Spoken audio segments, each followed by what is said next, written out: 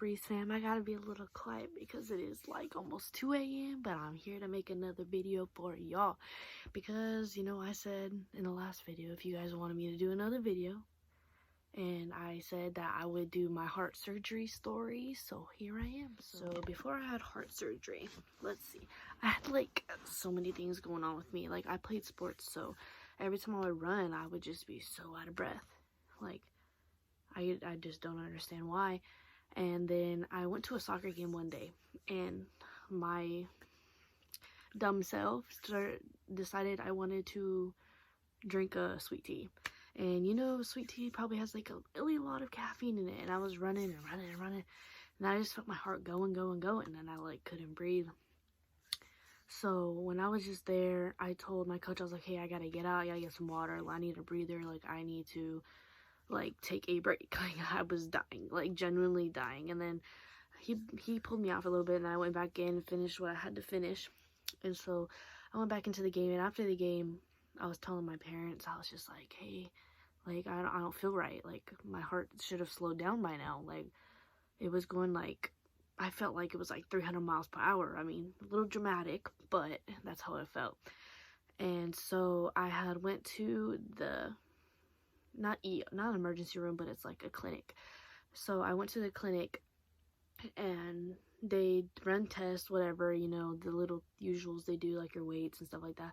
They hooked me up to the thing, and then they looked more worried than I was. So I was like, huh, what's going on? Like, you know, they're like, calm down, don't freak out, but they're sitting here like making you freak out, and you're like, oh, I'm so calm. Like, no. So I definitely told them I was freaking out, and they weren't making it any better. And so they pulled me back to a room, and they hooked me up to a monitor or whatever, and they said my heart was going 200 beats per minute. And they were like, that's not good. They said you could have fell into, cardiac arrest or whatever. And so from there, my parents were like, okay, we'll take her to the hospital. And they're like, no, the ambulance is on their way, and they're gonna come pick her up. And so I was like, that's what made my heart go like 230 to 300, because I was just like, what? Like, I just came here for a checkup and taking me in the ambulance? Yeah, kind of freaked me out. But anyways, I got in the ambulance, and then the guy, or the tech guy, or whatever, the people that wait in the back while the driver does his thing while he drives. And once I got in there, they were taking my vitals, whatever, and he goes, I'm gonna give you this shot. And I was just like, I don't like shots. And he was just like, it'll be really quick. And he's like, but it's gonna make you feel funny. I was like, what do you mean? He was like, you'll see. And so he gave me the shot in like 3 seconds. I felt paralyzed. I felt like I couldn't move. I felt like my body was uncomfortable. It's like when you sleep in bed sometimes and your body's uncomfortable, so you keep flipping and flopping and all that. No, like this uncomfortable, like I felt genuinely paralyzed. Like I could not move anything. And think I had like all this weight on me too. I had like my soccer cleats, my shin guards, and all this stuff, my uniforms on. I was still hot. But like I literally like made like a cringy move, like if I was stretching, but like I was like this, but I got stuck like in a stretch. And then after that I was fine. And they finally got my heart rate to steady, and then I got to the hospital, and they hooked me up to machines, whatever. And so when I got there, and they started like putting sticky things all over me, like, you know how when they do like the testing for like the cardiovascular or whatever, they always, every time you go to the hospital, they're gonna check your heart. If that's what you're going for, they put the sticky things all over you. And I hated those sticky things because I just, you'll know why. And so after that, my heart rate went up quite a bit, up and down. So they were just like, okay. And then I was in there for like good 5 hours, maybe a little more. And then they said I need to follow up with my doctor. So I followed up with my doctor, and they had made an order to go to a Valley Children's Hospital, because at the time I was still underage. I was about like 16, 17. It was back in 2018, and I'm 19 now, so do the math. And so it wasn't 2018. Oh my god, that's so wrong. I don't know, it was like a while back. I was a junior, okay? This is junior year, and I graduated already in 2019. So I followed up, and then after that he sent me to the Valley Children's, all the way like where I'm at, and in California where I'm at, they sent me to the closest Valley Children's that I had. And so they did testing on me, and they said that, okay, they need to put a monitor on me, because they need to monitor me for, it was about a month. It was exactly a month. And so after that, they monitored me for a month, and this is when I was in high school still. So I was running, playing soccer. I was doing track on and off because I would have to take breaks because of like my heart. And so we would, off-season soccer would run with basketball, and we would run like the canal and stuff. And so like I had heart monitors, so it was hard to run because the monitor is like a little cell phone you have to carry with you, and you put these little sticky pads all over you. And then after you put the sticky pads on, you have like 3 or 4 wires hanging from you, and they all have different colors so they know what they're working for. And running, it just slams onto you, and like you're holding the phone so it don't fall. Like, it's frustrating, like very, very frustrating. But after the month of getting monitored, I had to send it in, and they said they would call me after I sent it back through the mail, because I didn't want to do the drive if they're just gonna to return it and then tell me to leave. So I just sent it in the mail, and it took about, they said they'll call me in a week. It only took like 3 days for them to call me, and they're like, okay, well, we need to schedule this appointment, you need to come back. And I was like, okay. Scheduled the appointment, came back in like a week, and they said, okay, so this is what we found that your heart is working harder than it needs to be at my age. They said that I had extra circulations going on in my heart that need to be cut off, because the more blood flow to my heart, the more faster it was making it go. And so I was like scared, like this little high school girl, like I'm doing, like I just want to be a normal kid, and they tell me this, so they're like, these are your options. I was like, okay. And they said, 1, you can take medication.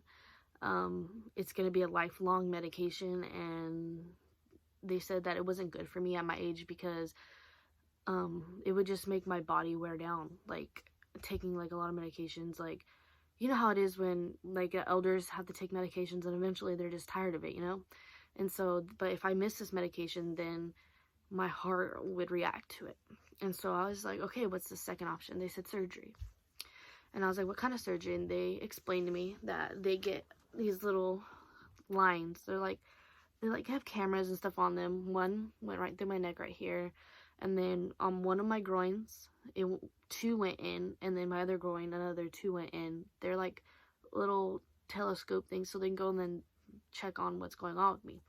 So I chose the surgery because I just wanted to be done faster. I did not want to like take medication for the rest of my life, and as me being young, like everybody's gonna stare at me like, dang, this girl has so many problems, she's so young, like what's gonna happen next, like it scares me. And so they scheduled my surgery, and it was a couple months, no, not a couple months, a couple weeks to a month-ish later. I had went up to Stanford. A lot of people, you don't have to be from California, but you know what Stanford is because it's a big like children's hospital. Or not even children's, it's just a surgical hospital, like that have kids that have cancer, or like they're born with like cleft lip and stuff like that. They're really good with surgeries. And so when I got there, the first day I got there, they check us into this hotel. We don't have to pay for the hotel. We just do a donation to the hospital, and we're allowed to stay there. And so when I was staying there, it's just so like upsetting because you see so many kids, and like there's so many things wrong with them, but like they look at me and like, what's wrong with you? You look fine, but like mine was so little compared to them. It was just heartbreaking. Okay. And then the second day we went back up to the hospital. They had to take my blood, and they had to find out like if I was allergic, if my blood type, just in case like anything went wrong, they needed to put more infused blood into me if anything went wrong, and to find out that I was universal. And so with the universal blood, you can give blood to anybody, but you can only get blood from a universal person. I think it's like O negative or something like that. But yeah, so they did all that, and that day I haven't eaten, so I was like feeling sick. I was like, they just took like 6 to 10 like blood capsules of like from my arm, and I was just watching it, and I was like, oh my god.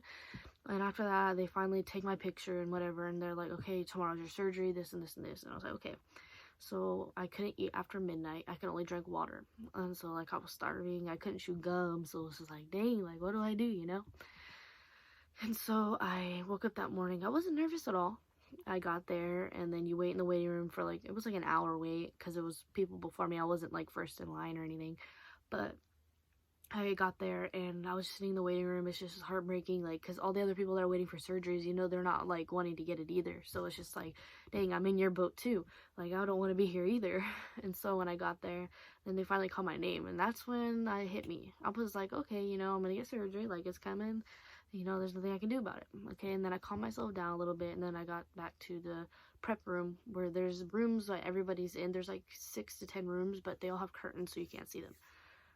I have to undress and then put on my gown, and then I have to like disinfect my whole body with wipes and stuff, because that's just how they wanted it. So like I make sure I was clean and whatever, you know. And so after that, I laid there for a little bit, and then they finally came and got me, and they're like, okay. And my parents went through the elevator with me to the back room, and once you get to those double doors, you know it's it. Like, you see the light, man. Like, then that's when it hit me. I started crying. I was scared, and then like my parents didn't really have the choice of like saying like, hey, she's scared, like, hold on a minute. No, they just rolled me back, and my parents were like this, and they were like heartbroken because I was heartbroken, and I was like really scared. But I don't even know why I'm laughing, but now that I look back on it, I'm like, dang, you're a wimp. Like, you didn't feel nothing.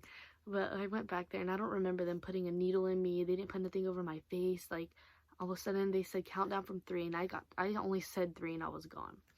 And this surgery was 4 hours, and to me it felt like seconds, because obviously that's what you do. But I was so scared of waking up and all this, and they just promised me I wouldn't wake up, and I didn't. But after surgery, I woke up after the anesthesia wore off.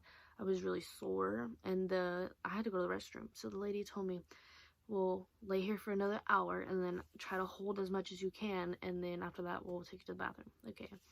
Watched a movie, and then another hour went by, and I said, I really need to go. And then she's like, okay. She's like, don't stand up too fast, because if you do, you're gonna get dizzy and you're just gonna like faint, basically. So I got it fast, knowing me, because I really had to pee. So I almost flipped over. Like, my butt and everything, I was butt naked. Only thing I had on was a gown. So if a gown moved, I was screwed.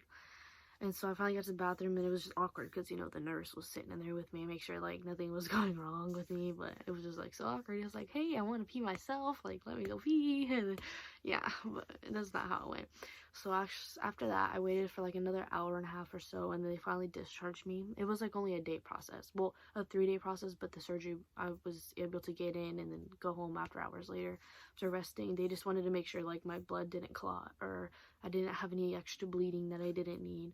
A couple hours later, we got home. I wasn't supposed to go to school for like a week, almost 2 weeks or something like that. And I wasn't supposed to do sports for 2 weeks. Excuse me. And so my silly self went to school like the second day after surgery. And because me, I did not want to get behind in school. But yes, I was sore. Like, I don't want to say like bloody murder sore, but like, you know, when you're sore, you don't want to do nothing. My teachers are like crazy. They're like, my nurse at my school is trying to get me to go home. She was like, you're not supposed to be here. And I was like, it says on here, if I want to return to school, I can. So I returned to school, and I just took it easy, this and this and this. And basically, like, everyone was just so scared to touch me. Like, they would say hi, but they wouldn't hug me. They were scared. And I was like, no, I'm okay. Like, you can hug me. Like, you're not like hitting this, or you're not hitting the other incision. So like, you're good. And so after that, like, I went to soccer practice, but like, I actually didn't practice. I was just out there because I didn't want to miss anything. Like, that's the worst part, missing something and then not knowing like how to do it later. But I was so happy for my team, because while I was in the hospital, they won every game, and they just like pulled through, and they were sending me pictures, letting me know, sending me love. My coaches were like checking on me. And so yeah, my journey of that was, I would say, pretty successful. It was not like bad or anything. Like, if I had to go through it again, I definitely would, because I mean, if it would help me. They said I could possibly go for a second surgery, but I ended up not doing it, and I just have really bad anxiety now from it. But I take medication to help me with like ease my anxiety. But other than that, everything went pretty well. There was no complications or anything. So like, if you guys are wondering, like, and have any questions about it, let me know. Like, what are your thoughts on it? Like, just comment below and let me know, like, if you guys went through it. Let me know your story, or if you have to go through it and you're scared, just talk to me. yeah, that's pretty much it. But if you guys want to know anything else, just let me know. Don't forget to like, comment, and subscribe. And just comment new ideas what to do. But I'll be trying to come back to back with the videos. Be consistent with you guys. But as long as you guys are consistent with me, I'll be consistent with you. But it's like 2, almost 3 a.m. So have a nice night. Have a nice morning wherever you are. Peace.